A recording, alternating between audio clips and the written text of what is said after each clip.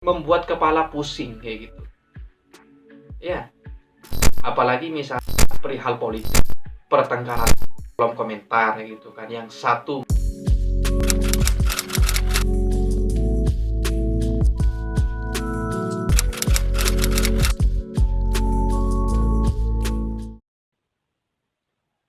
ya. Assalamualaikum warahmatullahi wabarakatuh. Ketemu lagi dengan saya, Imam Kusairi. Sharing kali ini aku akan bicara perihal hoax. Sebenarnya aku pernah mendengar orang itu ada yang berkata hoax, ada yang berkata hoax. Menurut aku pribadi itu sama, cuma beda pengucapan aja. Ya, kita jangan jangan bertengkar, meributkan, hanya beda pengucapan, beda istilah aja sebenarnya. Itu kan hal yang remeh-temeh. Cuma kalau orang yang terlalu mementingkan sebuah istilah, pengucapan, akhirnya angkat. Khususnya di kolom-kolom komentar, ya kan. Berita yang aku banyak ketahui. Aku pribadi mendefinisikan hoax itu adalah sebuah berita ataupun informasi yang kebenarannya belum pasti, ataupun sumbernya dari mana belum jelas, ataupun faktanya belum jelas. Itu menurut aku pribadi hoax seperti itu. Hoax ini banyak beredar di sosial media, yang banyak aku temui di Twitter dan di Facebook. Itu contohnya nih, misalnya dalam sebuah informasi di Facebook, biasanya di halaman itu ada korban yang berantakan, terbunuh segala macam, katanya korban banjir, korban gempa dan segala macam. Pas ditelusurin itu ternyata informasi 2 tahun yang lalu. Nah, ini menurut aku pribadi hoax. Ya. Mungkin ada orang orang tertentu atau kelompok tertentu yang dengan sengaja memproduksi informasi ini agar ya mungkin tujuannya komersil lah, ya kan, mendapatkan like yang banyak. Terus yang paling bahaya ini membuat suasana gaduh kayak gitu loh. Nah, yang rugi siapa? Dari korban informasi yang tidak jelas ini, korbannya ya kita sebagai pengguna sosial media kayak gitu. Yang banyak bertengkar di kolom komentar gitu kan. Yang satu menyalahkan yang kelompok sana, yang kelompok sana menyalahkan yang kelompok sini. Itu. Ujung-ujungnya siapa yang disalahkan? Ya nggak tahu kayak gitu. Itu. Ada lagi misalnya berita-berita hoax atau yang informasinya belum jelas ini perihal biasanya pemilihan presiden atau pemilihan gubernur. Nah, di situ tuh akan banyak sekali informasi-informasi yang belum tentu kejelasannya, faktanya seperti apa, sumbernya dari mana. Di situ biasanya banyak. Misalnya calon A, ya, calon A di-framing oleh yang calon B dengan segala macam keburukannya kayak gitu. Misalnya saya mencalonkan menjadi gubernur misalnya. Nah, musuh saya akan memframing saya ini seakan-akan jelek, orang yang tidak Islami, orang yang tidak nasionalis, orang yang pro asing, yang tidak pro rakyat kecil dan segala macam. Itu hal yang biasa, ya kan? Apalagi di era-era informasi ini gitu. Kita dengan mengetik saja misalnya di Facebook, kita sebarkan, itu mudah sekali. Nah, kita sebagai orang atau pengguna sosial media, orang yang mengkonsumsi informasi, harus cerdas, harus kritis, analisis dulu informasi yang aku konsumsi, yang aku baca ini benar atau tidak. Faktanya benar atau tidak, sumbernya dari mana, jelas atau enggak, itu harus cerdas. Terkadang hanya karena kita terlalu pro terhadap calon A, kita men-share semua keburukan-keburukan yang calon B ini. Itu berbahaya gitu. Kalau misalnya, kalau kalian ada waktu, ada film bagus yang menceritakan tentang amburadulnya informasi ini. Judulnya itu The Social Dilemma. Kalau tidak lupa, aku pernah membuat sih reaction film itu gitu loh.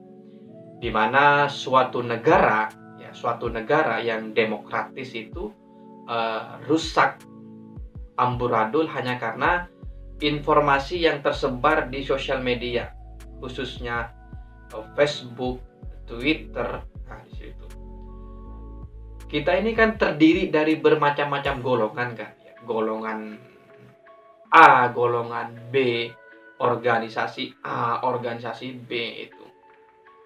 Itu yang sangat disayangkan akhir-akhir ini ya gitu.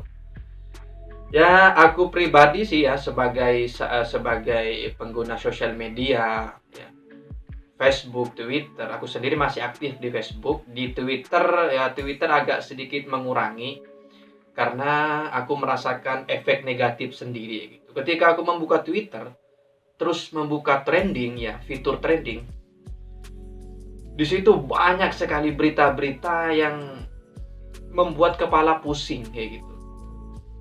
Ya, apalagi misalnya perihal politik, pertengkaran artis dan segala macam.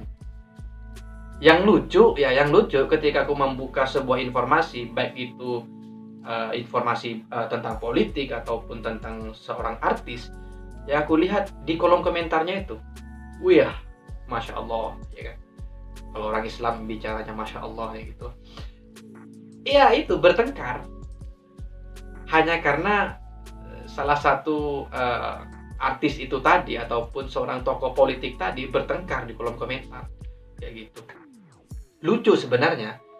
Maka kalau aku lagi bosan menjalani kehidupan yang absurd ini ya kan, yang tidak jelas ini, ya tinggal buka aja salah satu akun berita, langsung lihat isi komentarnya.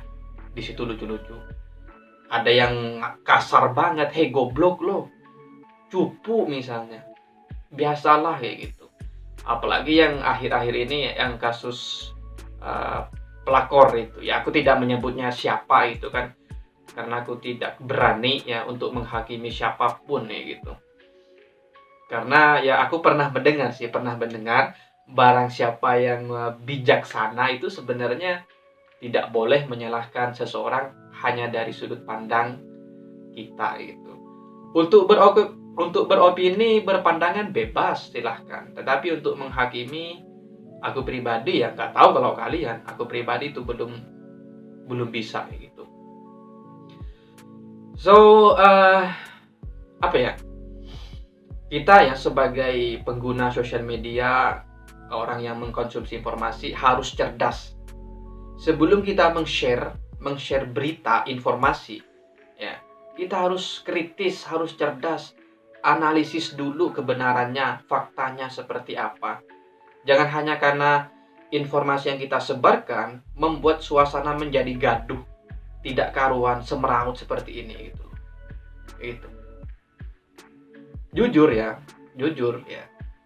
Aku sendiri ya akhir-akhir ini ya di IG, di Facebook, sedikit demi sedikit berhenti mengkonsumsi berita-berita yang membuat kepalaku pusing kayak gitu.